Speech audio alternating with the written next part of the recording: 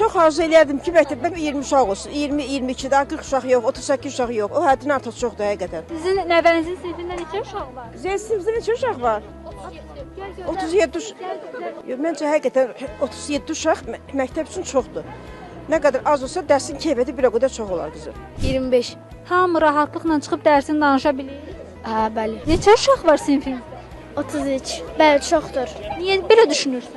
Dərs başlayanda müəllim bütün uşaqları lövhəyə çıxarda bilmir. Sinifdə 34 uşağıq. Əlbəttə ki, uşaq sayımız həddindən artıq çoxdur. Müəllimimiz təkdir, hər şeyi çatdıra bilmir. Yəni mən istədiyim sualı müəllimə verə bilmirəm. Sinifinizdə neçə uşaq var? 34. Yox, məncə çox deyil. Bəli, müəllimə hamıya vaxt ayıra bilir. Sinifinizdə neçə uşaq var? 34. Sualnamə verdiyində zəng çalınır, uşaqların səslərinə görə eşidə bilmir. Müəllimələrə sual verə bilmir, dərsimizi danışa bilmirik səsküydən. Siniflərdə uşaq sayının çox olması və bunun tədris prosesində çətinliklər yaratması illərdir davam edən problemdir. Bu məsələ həm şagirdləri, həm valideynləri, həm də müəllimləri narahat edir. Ekspertlər hesab edir ki, beynəlxalq təcrübəyə görə sinifdə ideal şagird sayı 15-20, standart şagird sayı isə 20-26 arasındadır. Nazirlər Kabinetinin qərarında 20-30 arası göstərilir. Amma bəzi hallarda müəyyən istisnalar olur, qeyd elədik. Sıxlıqla bağlı müəyyən istisnalar formalaşa bilir. Ümumi olaraq 20-30 arası standart görünür. Beynəlxalq təcrübədə də bu standart görünür. Biz əksər ölkələrə baxdığımız təqdirdə demək olar ki, 20-30 arası şagird sıxlığı var. Amma 30-un üzərində daha çox qəbul olunur.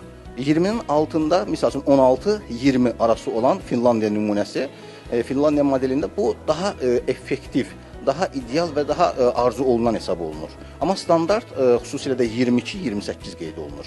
Bizim orta ümumi təhsil məktəblərində yerə görə dəyişir, əraziyə görə dəyişir. Regionlarda aşağı, misal üçün regionda elə orta ümumi təhsil məktəbi var ki, orada sinifdə 12 uşaq var. Millət vəkili Arzuxan Əlizadənin sözlərinə görə sinifdə 25-dən çox şagird olmamalıdır. Əks halda müəllim fənni tam şəkildə öyrədə bilmir. Bir sinifdə əgər 40 ətrafında, bəzən aşağı, bəzən hətta 40-ın üzərində şagirdin təhsil alması mənalı olaraq həmin şagirdlərə tədris olunan fənnin çatımı baxımından problem yaradır və bununla bağlı müəllimlər də mütəmadi olaraq öz narahatlıqlarını ifadə ediblər və regionlarda xüsusilə də müəllim çatışmazlığı ilə bağlı məsələdə şagird sıxlığı məsələsində önəmli rol oynayır. Və mütləq mənada siniflərdə hesab edirəm ki, 20-25 nəfər şagirdin olması daha məqbul hesab edilməlidir.